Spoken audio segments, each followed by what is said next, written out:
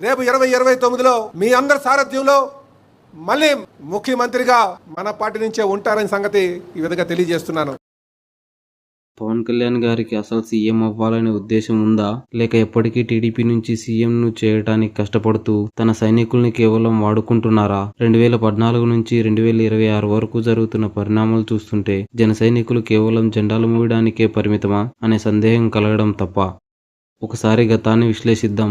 2014లో మద్దతు ఇచ్చారు, 2019లో విడివిడిగా పోటీ చేశారు. అప్పట్లో వ్యతిరేక ఓట్లు వైసీపీకి వెళ్ళకూడదు అనే వ్యూహం వెనుక అసలు మాస్టర్ ప్లాన్ ఎవరిది? మళ్ళీ 2024లో ఎన్డీఏను సృష్టించి చంద్రబాబుని సీఎం చేశారు. ఇదంతా చూస్తుంటే ఇది ప్రజల కోసం చేసిన పొత్తులా, లేక ఒక పార్టీని గెలిపించడానికి వేసిన స్కెచ్చా? పవన్ గారేమో మరో 10-15 ఏళ్లు కూటమి ఉండాలంటారు, కానీ టీడీపీ నేతలేమో అప్పుడే లోకేష్ ను సీఎం క్యాండిడేట్ గా ప్రొజెక్ట్ చేస్తున్నారు. పల్లా శ్రీనివాస్ లాంటి నేతలు బహిరంగంగా ఈ మాటలు అంటున్నారంటే జనసేన కార్యకర్తల మైండ్ సెట్ ని ఇప్పటి నుంచే ఫిక్స్ చేసే యత్నం జరుగుతుందా? భవిష్యత్తులో కూడా మీరు కేవలం సహాయకులుగానే ఉండాలని వీరు భావిస్తున్నారా? వీళ్ళకింత ధైర్యం ఎక్కడిది?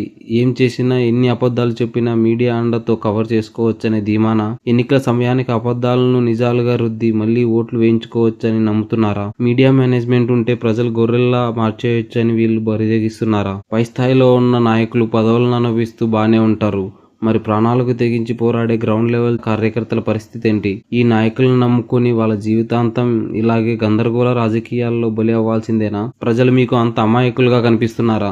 గుర్తుపెట్టుకోండి, మీడియా అండ చూసుకొని మీరు చేస్తున్న ఈ మోసం ఎంతకాలం సాగదు. ప్రజలు మరో నేత్రాన్ని తెరిచారంటే మీ పాలిటిక్స్ నామరూపాలు లేకుండా పోతాయి.